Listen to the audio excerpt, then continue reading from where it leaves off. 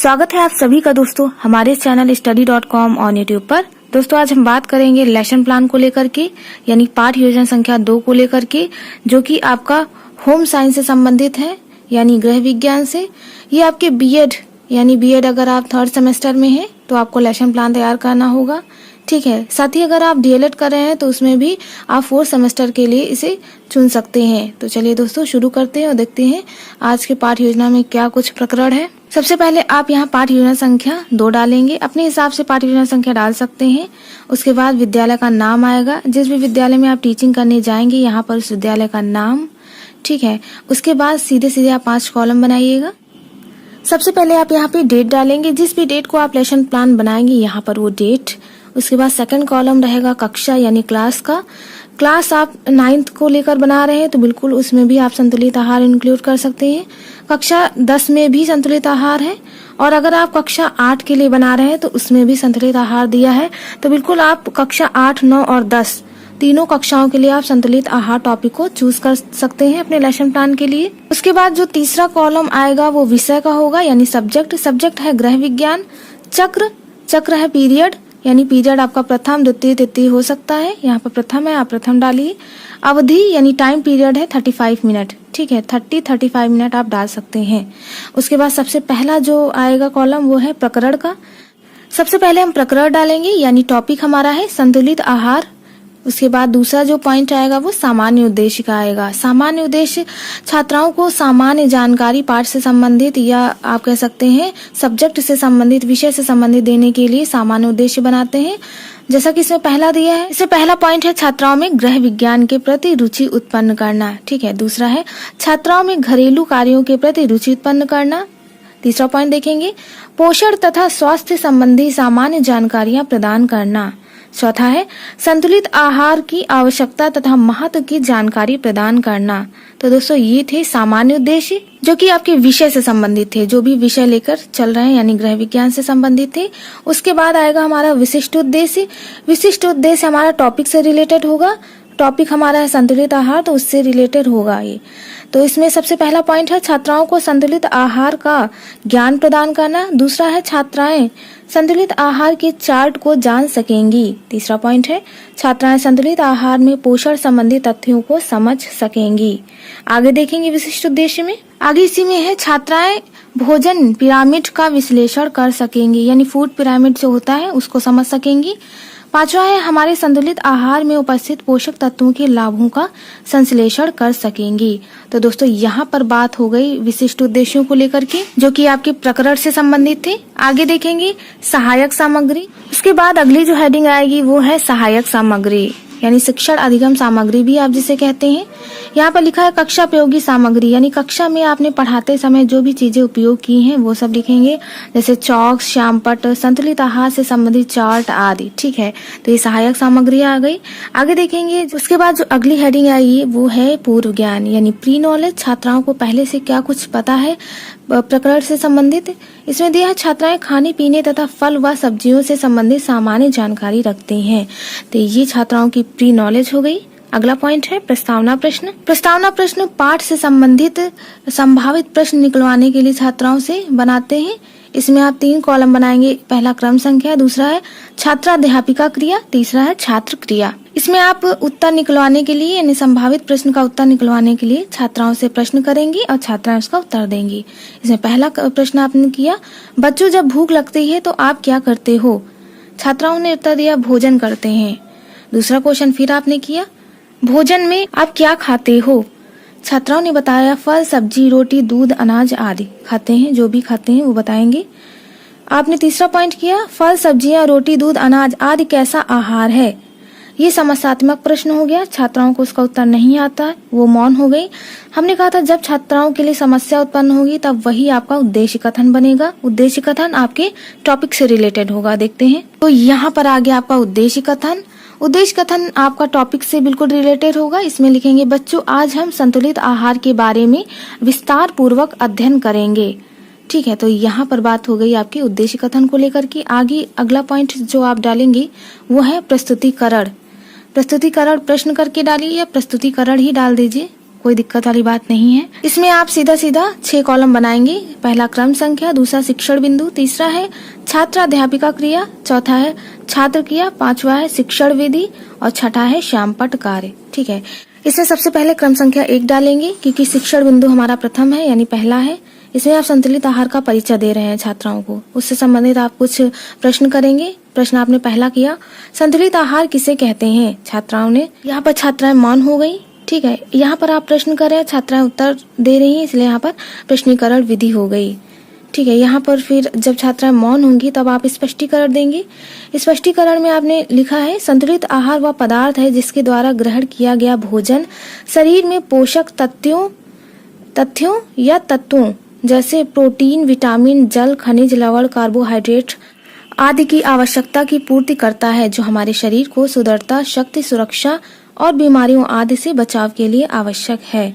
ठीक है, तो ये था, आपने स्पष्टीकरण दिया। इस चीज को छात्राएं ध्यान पूर्वक सुनेंगी।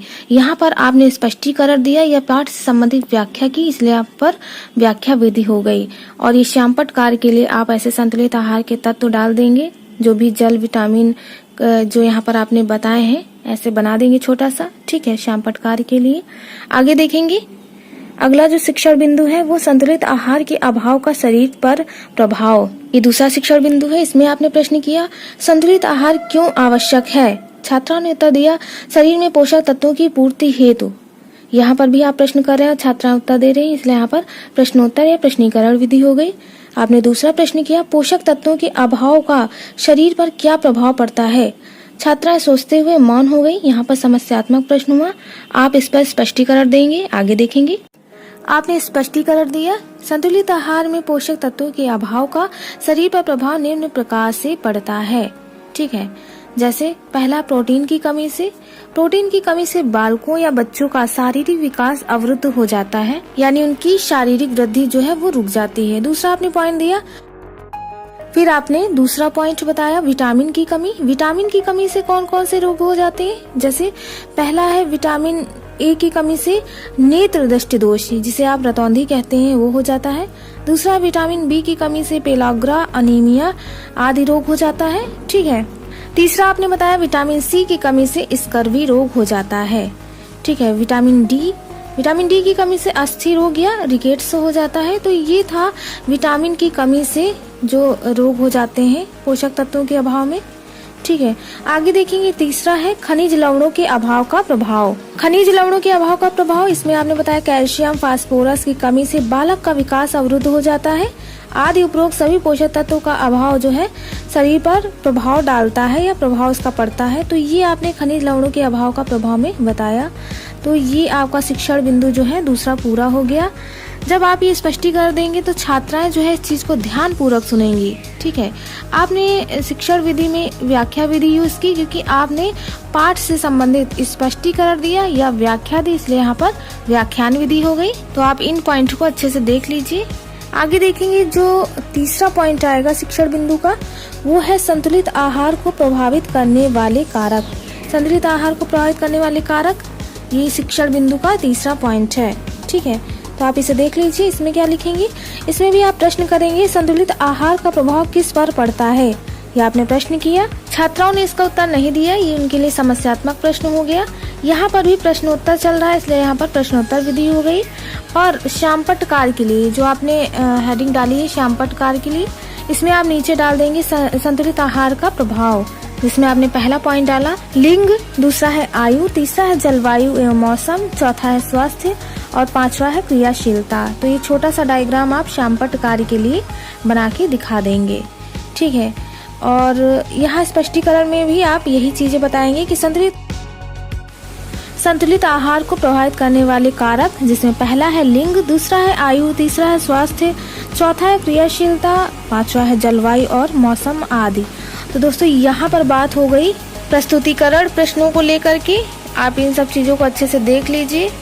ठीक है, आगे देखेंगे बोधात्मक प्रश्न। बोधात्मक प्रश्न बच्चों का बौद्धिक स्तर जांचने के लिए बनाते हैं कि उन्हें कितना समझ में आया जो भी पढ़ाया आपने प्रस्तुतिकरण में। ठीक है, तो चलिए देख लेते हैं। फिर अगली जो हेडिंग है वो बोधात्मक प्रश्न की होगी। इसमें आप प्रश्न करेंगे बच्चों को जांचने के लिए कि कितना क्या उन्हें समझ में आया जो भी आपने पाठ को पढ़ाया है, इसीलिए आप प्रश्न देंगे। आपने प्रश्न दिया संतुलित आहार किसे कहते हैं। आपने दूसरा प्रश्न दिया पोषक तत्वों की कमी का प्रभाव बताइए। तीसरा प्रश्न दिया स्कर्वी रोग किस विटामिन की कमी से होता है, ठीक है। और चौथा इसी तरह देंगे विटामिन ए की कमी से होने वाले रोग बताइए। क्योंकि ये कक्षा 9 का है तो आप थोड़े 4-5 दे दीजिएगा, ऐसे आप 2 भी दे सकते हैं, कोई दिक्कत वाली बात नहीं है, ठीक है। उसके बाद जो अगला आएगा वो आपका श्यामपट्ट कार्य यानी black board work. Black board work में आप बिल्कुल आप देख लीजिए जिस भी डेट को आप लेसन प्लान बनाएंगे यहाँ पर वो डेट डालिएगा। कक्षा 9 को लेकर बना रहे हैं, ठीक है। विषय है गृह विज्ञान, प्रकरण संतुलित आहार है, चक्र तृतीय, अवधि 35 मिनट या 30 मिनट जो भी आप डालें यहाँ पर, ठीक है। उसके बाद ऐसे ही आप प्रश्न दे दीजिएगा संतुलित आहार किसे कहते हैं, उसका उत्तर लिख दीजिएगा। और ये थोड़ा बड़ा ब्लैक बोर्ड काटिएगा, ठीक है, थोड़ा छोटा हो गया। इसी प्रकार आप प्रश्न 2 डालेंगे रतौंधी किस विटामिन की कमी से हो जाता है, ठीक है। तो यहाँ पर आंसर में विटामिन ए की कमी से। तो दोस्तों ये देख लीजिए आप ब्लैक बोर्ड वर्क बिल्कुल ऐसे ही दिखाएंगे श्यामपट्ट कार्य को, ठीक है। आगे देखेंगे अगली हेडिंग जो पड़ेगी वो है निरीक्षण कार्य। निरीक्षण कार्य में आप बताएंगे जब छात्राएं श्यामपट्ट कार्य और मूल्यांकन कार्य अपनी उत्तर पुस्तिका में हल कर रही होंगी तब छात्रा अध्यापिका जो है घूम घूम कर कक्षा का निरीक्षण करेंगी तथा आवश्यकता अनुसार सहायता प्रदान करेंगी। ये हो गया निरीक्षण कार्य। उसके बाद जो अगली हेडिंग पड़ेगी वो है पुनरावृत्ति प्रश्न यानी अभ्यास कार्य जिसे आप कह सकते हैं। यह पाठ को पुनः दोहराने के लिए दिया जाता है, ठीक है। इसमें पहला प्रश्न आप दे रहे हैं पोषण के प्रमुख स्रोत बताइए, यानी कौन कौन से साधन है पोषण के वो बताने हैं। दूसरा प्रश्न है संतुलित आहार को प्रभावित करने वाले कारक बताइए। तो दोस्तों ये हो गया पुनरावृत्ति प्रश्न या अभ्यास कार्य से भी आप लिख सकते हैं। आगे देखेंगे उसके बाद जो अगली हेडिंग पड़ेगी वो है गृह कार्य यानी जिसे आप होमवर्क कहते हैं, इसे डालेंगे। इसमें आप प्रश्न देंगे। प्रश्न 1 आपने दिया संतुलित आहार पर संक्षिप्त टिप्पणी लिखिए। इसी प्रकार प्रश्न 2 दिया आपने विटामिन की कमी से होने वाले रोग कौन कौन से हैं, संक्षेप में लिखिए। तो दोस्तों यहाँ पर आपका गृह कार्य जो है कंप्लीट हो गया और ये लेसन प्लान यानी संतुलित आहार से संबंधित जो लेसन प्लान था वो कंप्लीट हो गया। तो आई होप दोस्तों आप सभी को हमारा वीडियो पसंद आया हो। अगर कोई दिक्कत है तो बिल्कुल आप कमेंट करके बता सकते हैं। और बाकी आप सभी के लिए ही लेसन प्लान तैयार किया गया है। काफी लोगों ने कमेंट किया था कि गृह विज्ञान से संबंधित लेसन प्लान बनाइए मैम, तो मैंने इसीलिए तैयार किया है। बाकी कोई ऐसा टॉपिक है जो दिक्कत कर रहा है लेसन प्लान बनाने में, बिल्कुल आप कमेंट करके बताएं। उस टॉपिक पर भी आपको लेसन प्लान मिल जाएगा, मैं बना दूंगी इस पे।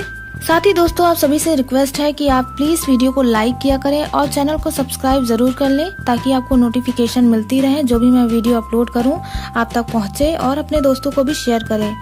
तो मिलते हैं अपने नेक्स्ट वीडियो में नया टॉपिक के साथ, यानी आपका जो नया टॉपिक है वो है कुपोषण पाठ योजना संख्या, इसके साथ उपस्थित होंगे। तब तक के लिए आप सभी का बहुत बहुत धन्यवाद। Thank you friends, keep watching and share to others.